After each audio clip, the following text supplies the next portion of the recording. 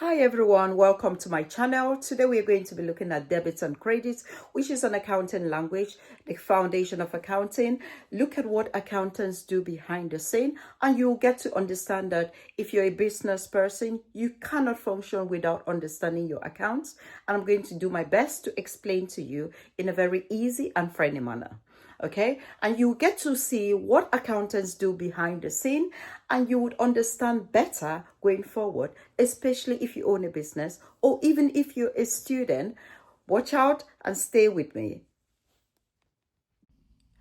Right, today we're going to continue focusing on debits and credits. Mainly, I'm calling this part two just because the first part was the introduction I just gave to you. And we're going to proceed to see what accountants do behind the scene, especially when it comes to debits and credits, or what we also call double entry bookkeeping. So we're going to try to understand what is the meaning of double entry, how these are used in accounting equation, what is an accounting equation, how to record these transactions in individual accounts, what is the layout of a T account, what actually is meant by the term debit and credit, or maybe thinking about the phrase debit the receiver and credit the giver. What does that mean?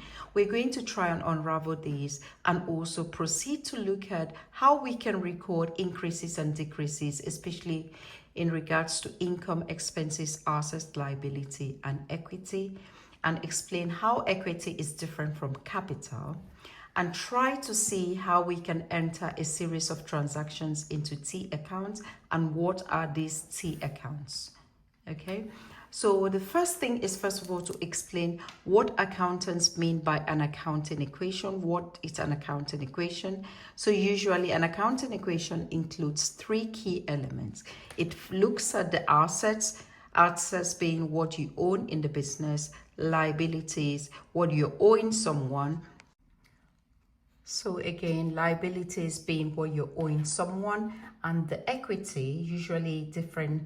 It can be the same meaning as capital if it's a sole proprietorship, but it's different when it comes to partnership and companies, and I'm going to explain. So equity is usually what you have left after subtracting your liabilities from your assets, after taking out what you're owing someone from what you have. What is left is your equity, or what we call your capital. So we're going to think about this equation, especially when we are talking about the statement of financial position, what was normally called the balance sheet. So you hear a lot of accountants referring to balance sheet. What does that mean? We're going to try to unravel that. First of all, remember I just talked about capital. You might be thinking, is capital the same like equity? So to put your mind at rest, yes, capital can mean the same thing as equity if it's a sole proprietorship. But if it comes to a partnership, so sole proprietor is one-man businesses that are owned by just one person. Partnership, when you have two or more people, usually between the numbers of 2 to 50. Usually we tend to refer to equity to mean slightly different from capital. So in under equity, in terms of partnership, we are thinking about capital accounts and current accounts. In your capital, in the partner's capital accounts, we only include their capital, what they brought into the business. So capital is the money the owner of the business brings into the business. If the owner of the business takes out money out of the business, it's referred to as drawings. Okay, so in terms of their current accounts, we're going to think about what are the drawings that they make. So it will be represented with a minus because they're taking money out of the business. What profits did they make in that business? So again, profits will be represented with the plus sign. If it's a loss, of course, it will be represented with a minus sign. Those profits or losses and drawings go into what we call the partner's current accounts, while the money these partners contribute into the business go into their capital accounts. These capital and current accounts, in terms of partnership, are referred to as their equity. In terms of the company, its equity is slightly more complex. to include things like the share capital, reserves, and return earnings, which I would cover in another video. Or you can use this as an assignment to think or check what those things mean. Okay, so first of all, before continuing to talk about debits and credit, it's good to have an overview or an overall picture of what accountants do behind the scene, especially when it comes to preparing financial statements. So with financial statements, there are three key financial statements you must have heard about. There is what we call the statement of profit or loss, previously referred to as the income statement. And this statement includes mainly the income and expenses. Income, the money that comes in as a result of selling an item, and expenses, money that goes out as a result of making those sales. Example of income is when you sell an item, the revenue, the money you get is referred to as revenue. So this is often confused in some textbooks. Income is referred to sometimes as sales, is referred to sometimes as revenue, all meaning the same thing. In American terminology, they tend to use the word income. In Britain, we use the word revenue to mean the same thing. The transaction is a sale, but the money you receive is called income or revenue, preferably revenue. Expenses, the money you spend as a result of making those sales. So money can be spent directly related to sales or indirectly related to sales. Those that are directly related to sales, like maybe transportation of the goods that you've sold, transport cost is an expense. Any cost relating to sales, whether directly or indirectly. Other indirect expenses could include things like maybe interest, tax, rent, electricity bill, depreciation, and all these two items, income and expenses, we include them in the statement of profit or loss that I just talked about. The second type of statement that accountants prepare is what we refer to as the statement of financial position, previously referred to as the balance sheet. Okay, so in today's terminology, we call this statement of financial position. In this statement of financial position, there are three key items or elements. There are assets, things that you own, liabilities, things that you're owing, and the equity to include your capital, profit, and drawings, subtract drawings. So these are the 5 key elements to think about when preparing those 2 financial statements. There is also what we call cash flow statement, mainly includes any transaction that has to deal with cash, whether directly or indirectly, as long as cash is involved. Right, in terms of the statement of profit or loss, like I said, it shows mainly your income and expenses. And at the end of the day, you subtract all your expenses from the income and then determine if the amount left is a positive figure, then you've made a profit. Good news. If the amount left from subtracting your expenses from income is a negative figure, then you've made a loss. And this particular statement of profit or loss is usually used to measure the performance of the business. How well is the business doing? Okay, over a particular period of time, usually 1 year for most businesses. Okay. Like I said, in summary, statement of profit or loss includes the income, money coming into the business, good news, expenses, money going out of the business. There is also the statement of financial position, like I said, previously referred to as the balance sheet. And this particular statement shows your net assets of the business. So thinking about taking out your liabilities, what you're owing, from subtracting them from your assets, what you own. What is left is what we put in this statement as your equity. Okay, and this particular statement is generated at a particular point in time. So you can do it on a specific date. Unlike the statement of profit or loss that is done for the whole year, this one is done on a particular day and time. Okay, like I said, statement of financial position in summary includes assets, things that you own in the business, liability, things that you're owing, like loans from the bank, assets, things like the building, if you own the building, the cars of the business, anything that belongs to the computers. And once you subtract your liabilities from your asset, what is left is usually referred to as your equity. So technically, given that accounting equation, your assets minus liability must always equal to your equity. So this is a good reference point to check if what you've done is correct or not. If you take all your liabilities, subtract them from your assets, if the figure is not the same like what you had put for equity, then there must have been something that you've not done correctly. And usually the mistake that most people make is not doing the debits and credits properly. And that's what we're going to talk about, okay? So in accounting, there's what we call double entry bookkeeping, which would help to make sure that what you've done is the right thing. Non-accountants would normally use what we call single entry bookkeeping. Single entry, they do the transaction once. But with accountants, they always make sure that for a particular item, they record it twice. Hence the word double. They record it twice. And one of those recordings is usually on the debit side and the other on the credit side. And I'll explain more. Okay?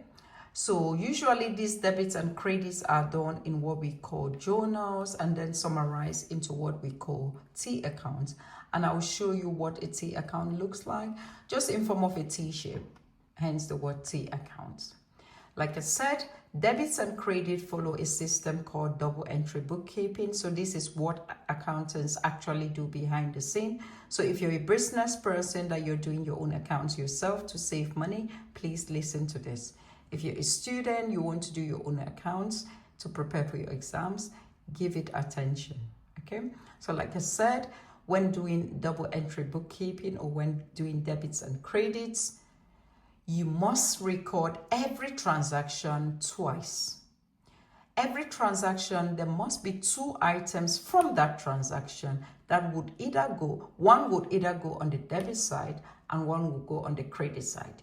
You can never have debit or credit. It's always going to be a debit and a credit.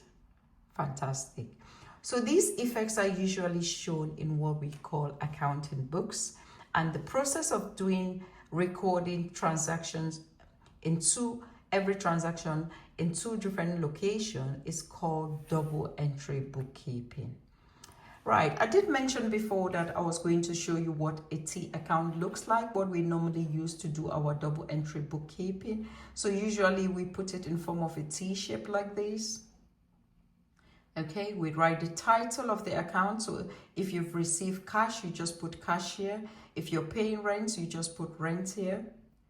And then if the transaction is going to be a debit, you put it on the left side. If it's a credit, you put it on the right side. I'm sure most of you are thinking now that, how do I know what to put on the left side or debit side and what to put on the credit side with being the right side? I'm going to unravel that. So for us to be able to record transactions or do what we call double entry bookkeeping or debits and credits, there is this acronym that I often tell people to use, which is called DEBT-CLIC. The D here stands for the word debit. E, what are we debiting? E being expenses, A being your assets, D being drawings. And the CLIC, the C stands for credit. What are we crediting? L being liability, I being income, C being capital. How do you know when to use these? If these assets, expenses, and drawings have increased, then you debit. If the liability, income, and capital have increased, then you put on the credit side. That's how we know whether to put on debit side or credit side. If the reverse is true, then you just put on opposite sides. For example, if there is a decrease in your assets, expenses, and drawings, you put on the credit side. If there is a decrease in liability, income, and capital, then you put on the debit side. Easy peasy. So the bottom rule is to apply that click acronym to your debits and credits. And if by so doing, you find that your debits and credits become very easy peasy. Like I said, you do the opposite to them. When there is an increase, you follow the debt click. And if there is a decrease, you just put on the opposite side. Opposite side. Okay, so we're going to look at some examples on what to do with that. Right, at the end of doing the debits and credits, you need to add up the figures. Again, debit is not the same like adding, credit doesn't mean subtracting, but I would unravel more on these as we go along. However, a debit balance simply means a positive figure, and a credit balance might mean referred to as a negative figure. And we would look at this in more detail as we go along. Okay, so this is what a T account looks like. Like I said, it's just in form of a T shape. So this is what accountants do. What happens, you put the narrative of what happened there. So if you paid electricity bill, just write paid electricity bill.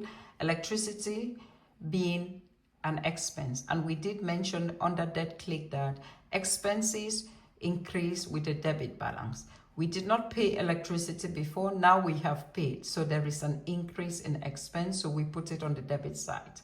And when you pay electricity, remember we said we have to do two things when there is a transaction like paying electricity.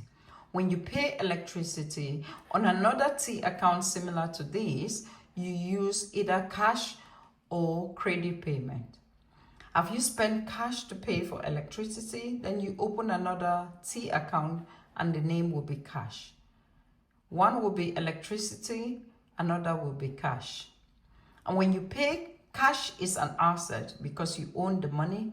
So has the money, when you pay electricity, you need to ask yourself, has the money increased or decreased? If the money has decreased, of course, when you pay electricity, you no longer have the money. So there is a decrease in cash. So you put that on the T account for cash. You record that amount on the credit side, which is what we said with the acronym debt click. Of course, you put the date when you made the payment of electricity, put the dates. Okay. So that's an easy one to think about. Like I said, if it's cash, has the cash come into the business? For example, if you sell an item, cash comes in. You put on the debit side because there is an increase in asset. Cash is an asset. And according to our acronym debt click, cash increases by a debit. So we put it on the left side, debit side, under cash T account. If you've spent money maybe to pay electricity, cash has gone out. So we will record this cash T account, the money that you paid electricity, on the credit side. Okay. Right, we're going to talk about how to use ledgers and T accounts for more transactions like assets, liability, capital, income, expenses. For more tips on how to do this on the day-to-day life, please subscribe, hit the subscribe button, comment what you would like to see in the next video, share and like my videos. Thank you for watching, and I will see you in the next video.